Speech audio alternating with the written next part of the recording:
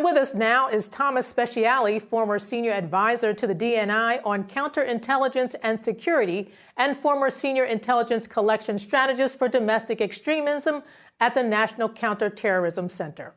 Thank you so much for joining us.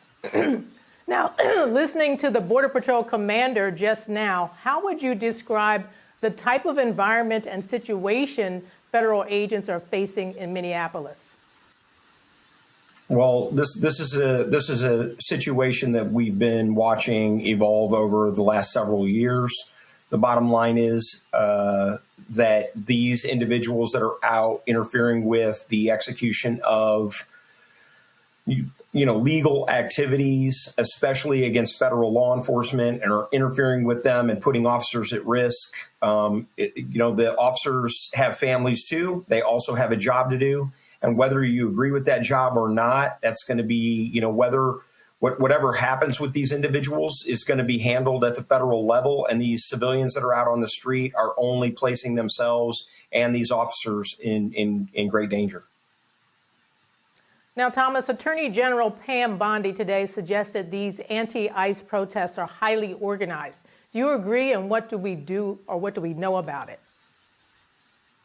I absolutely agree with it, but I think that it's actually more than it being organized it is deliberately disorganized to a great extent, because that makes it much more difficult to prosecute organizations for carrying out these disruptive activities. And they know that, so they know not to. They know how to avoid any criminal conspiracy type charges. Many of these Americans are just really concerned Americans who are ignorant of the law, and they're able to be easily manipulated by social media to get out and interfere with federal law enforcement or law enforcement of any kind. We've got to really take a close look at this issue with law enforcement going back all the way to the BLM riots, where they were advocating for the mass murder of policemen in the street or taking over federal buildings. These are the same people. I really do think I've spent the last several years looking very closely at the Insurrection Act. I do think that we're reaching a point where if the government of if Minneapolis cannot handle this situation internally with their own resources, that the federal government, the president, is going to have to invoke the Insurrection Act. And, if you go to my website, there's a link that takes you to the Lawfare website. And there's a great laydown of the actual Insurrection Act and what it means. And it goes back, many, many, many decades. It's been invoked over 30 times, and it's almost universally been invoked in situations like this.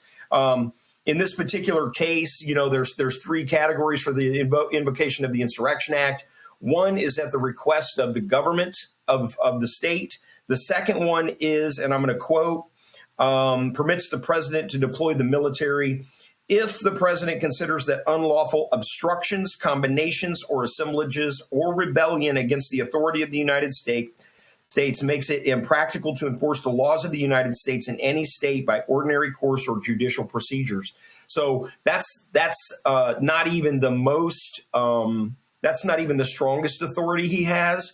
The president also has, under Section 253, has the authority to deems it necessary to suppress in a state any insurrection, domestic violence, unconstitutional, or unlawful combination or conspiracy if it so hinders the executions of the laws of that state and the United States within the state, that any state or class of its people is derived of a right, privilege, immunity, or protection named in the Constitution.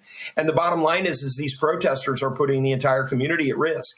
I want to say that I would issue just a sort of a general warning that what people need to be looking out for is anyone out there that is advocating for violence against federal law enforcement, because those people are enemies of the Constitution. They don't understand the law, or they are willfully and deliberately trying to instigate a crisis. So anyone advocating bystanders should videotape those individuals, report them to local law enforcement, and report them to the FBI, because these people are actively advocating for insurrection. And the only way we can identify them is if, the American people, if they see something, that they say something, don't interfere with federal law enforcement, don't interfere with any law enforcement.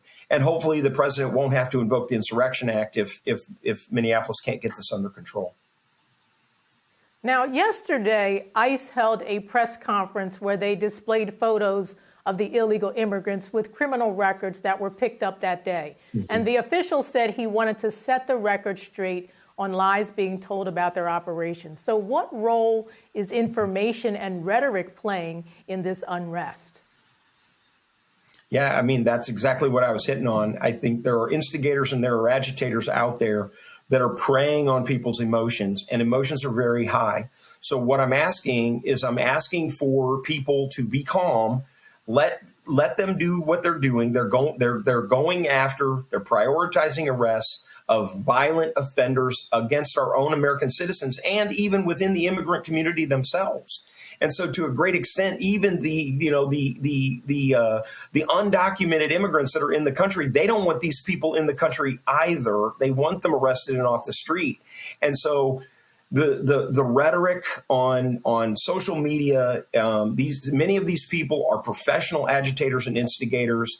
And anybody who's advocating for violence against the government, law enforcement, et cetera, them immediately to the FBI, report them immediately to local law enforcement, because they are all of our enemies.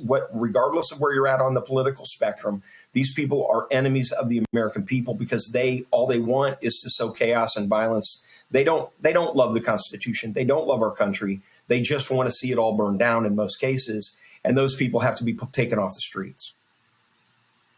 All right, Thomas, thank you so much for joining us.